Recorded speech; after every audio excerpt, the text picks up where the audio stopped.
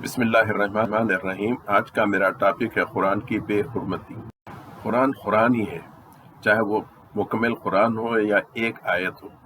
آج صبح نماز سے آتے آتے میں نے کچرے کے ڈھیر پر یہ چیز پائی ہے، جسے آپ دیکھیں۔ یہ پلاسٹک کا بنا ہوا یہ لوح ہے جس پر قرآن کے 4 خط لکھے ہوئے ہیں۔ ظاہر ہے یہ کسی مسلمان کے گھر ہی سے آیا ہوگا اور کسی مسلمان ہی نے اسے کچرے کے ڈھیر پر پھینکا ہوگا۔ یہ تو ایک مثال تھی۔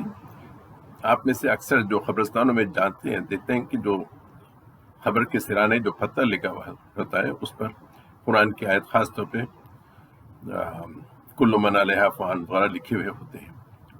کبھی آپ نے یہ سوچا کہ قبرستان میں کتے بھی پھرتے رہتے ہیں اور کتوں کی جو عادت ہوتی ہے کہ ایسے پتھروں پہ پیشاب کرتے ہیں، اور مرور زمانہ کے ساتھ یہ پتھر اکھڑ جاتے ہیں اور لوگوں کے پیروں میں بھی آتے ہیں۔ کہ اس بے حرمتی کے ذمہ دار کون ہے؟ کوئی غیر مسلم تو نہیں، خود ہم ہیں جو اپنے آباء و اجداد کی قبروں کے سرانے ایسے کتبے لگاتے ہیں اور پھر اس قسم کے لوح لگا کے اپنے گھروں میں رکھتے ہیں اور پھر ان کو پھینک دیتے ہیں۔ میں کوئی مفتی تو نہیں ہوں، مگر اتنا جانتا ہوں کہ لوح یا قرآن کی کوئی آیت یا کیلیگرافی کے طور پر لگانے سے گھر میں برکت آنے والی تو نہیں ہے۔ قرآن میں برکت اس وقت ہوتی ہے، قرآن سے برکت اس وقت ہوتی ہے جب اس کے احکام پر عمل کریں، نہ کہ صرف اس کو زینت کے طور پہ ڈرائنگ روم میں لگا کر رکھیں۔ یہ پلاسٹک کے لوح تو آپ نے دیکھی، اب جس کو میں نے کچرے کی کنڈی پہ پایا۔